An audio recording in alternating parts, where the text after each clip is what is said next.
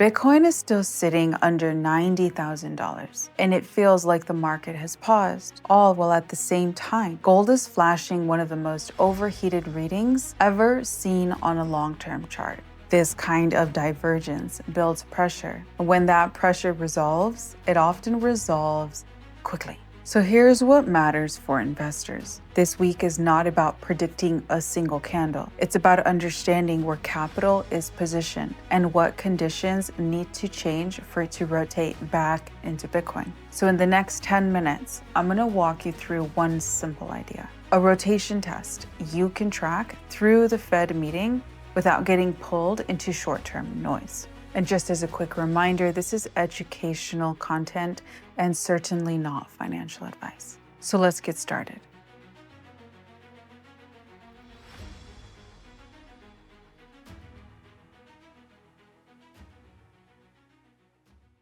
Let's talk about why Bitcoin feels stuck. Well, the current setup we know is defensive going into the Federal Open Market Committee meeting. Bitcoin is holding under $90,000 and markets are bracing for higher for longer messaging. Importantly, this does not look like a long-term thesis breakdown. It looks like positioning, hedging, and risk reduction ahead of a known macro event. And you can see this clearly in capital flows. Global crypto ETP saw roughly $1.7 billion in outflows last week. US spot Bitcoin ETFs logged 5 straight days of outflows, with more than $1.3 billion leaving. That reflects institutional investors reducing their exposure until macro visibility improves. And when exposure is pulled back like this, Bitcoin can trade heavy even when the longer-term thesis remains intact. So here's the real reason this week is so crucial. No change does not mean no move. And here's the common mistake. People hear the Fed is likely to do nothing, and they assume markets will also therefore do nothing either. And right now, probabilities show roughly a 97% chance of no change, with some markets pricing that even higher. So why does tension remain elevated? Well, because investors are focused on guidance, tone, forward expectations, and that's what influences the cost of capital. This is the line that defines the current cycle. With near 4% risk-free yields, Bitcoin is competing with the hurdle rate again. Money is no longer free, so capital becomes selective. Now, let us get into the dynamic shaping the divergence we see on why gold and silver are dominating attention. Crypto would typically benefit from a weaker dollar and easier financial conditions. Instead, it's lagging because leverage has been reduced and gold and silver are capturing disproportionate investor attention. Attention is capital allocation. Attention is positioning. Attention is where risk is being expressed.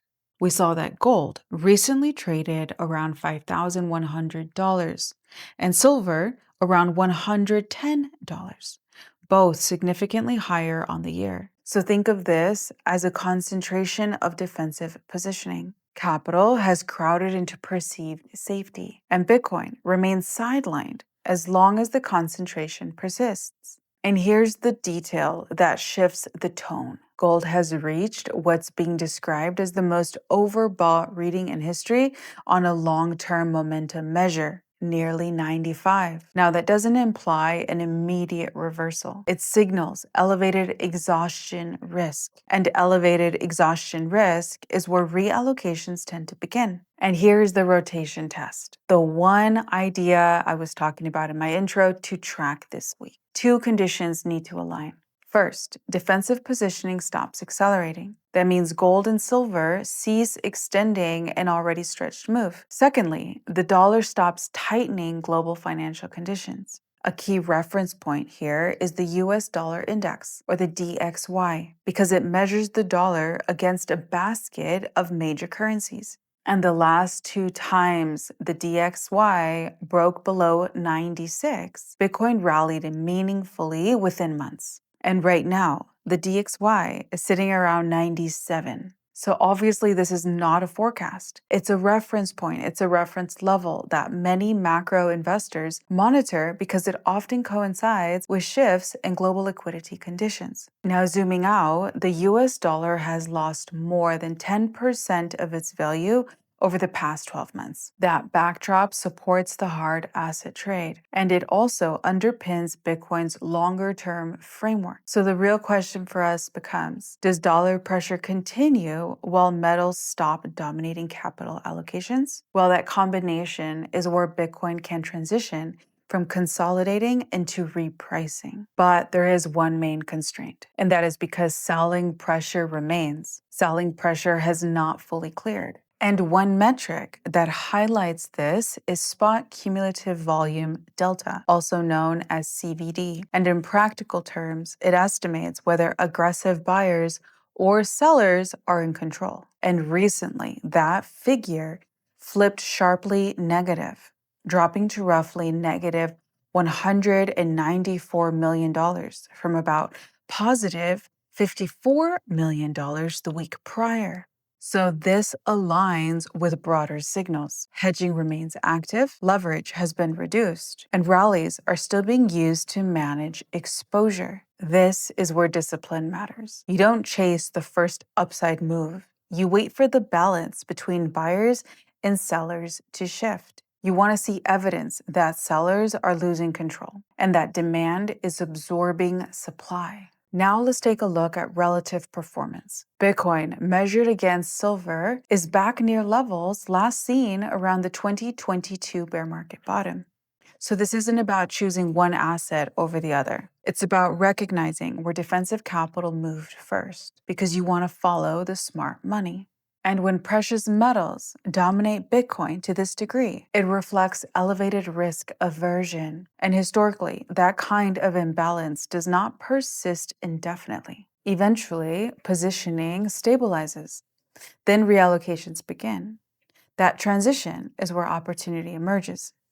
Now let us zoom out, because we see that Japan's Financial Services Agency has opened consultation on reserve assets backing regulated stablecoins under its updated framework. That signals regulatory normalization around crypto payment systems.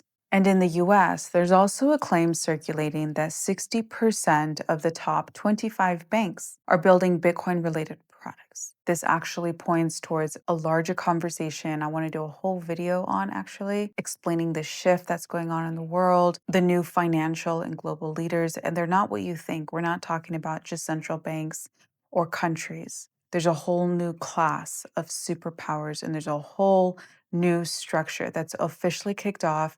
If you've watched the Davos reporting from the World Economic Forum, then you may already know what I'm talking about or referencing, but I want to bring you a video that connects all the dots and explains the transition we're going through. Anyway, back to today's video, because whether the number is exact or not, the direction matters. Institutional participation continues to expand while price consolidates. And at the same time, US market structure legislation, which is part of this larger conversation, I'll come to you most likely tomorrow with this new video, this legislation remains unresolved, with Senate discussions becoming more partisan, meaning more Republican dominant or more Democrat dominant, which now we know is basically equivalent with socialism. Anyway, that uncertainty contributes to a higher risk premium for larger allocators. Yet, infrastructure development continues regardless. So this is your takeaway for this week. Bitcoin under $90,000 reflects caution into the Fed, reduced leverage, hedging activity, and institutional outflows. Gold and silver, we see, have absorbed defensive demand, with gold now signaling elevated exhaustion risk. And the dollar remains near a level closely watched by macro investors. And dollar weakness supports hard assets broadly, because investors want to preserve their capital, their value, right? And more broadly, market data shows sellers have been in control recently, meaning any upside requires a shift in demand dynamics. And in parallel, regulatory and banking infrastructure continue to advance. So that's our setup right now. patience, position sizing, no leverage, and we have to let rotation confirm itself. So as we close out, this week is testing whether defensive positioning still has room to expand or whether capital begins rotating back towards risk assets like Bitcoin. So stay calm, stay systematic, follow your process, reevaluate your portfolio, stay focused on capital flows. So if today's video helped you, you can subscribe, you can like the video, of course, leave me a comment. Let me know what you're thinking, what tokens you're watching. Let me know what questions you have you'd like me to cover. And just remember, if you're here, you're early. So all you have to do is not mess up. Keep tuning in, keep following the news, just don't fall off. That's it. I love you guys so much. That's a wrap for today's video, and I'll catch you guys here tomorrow.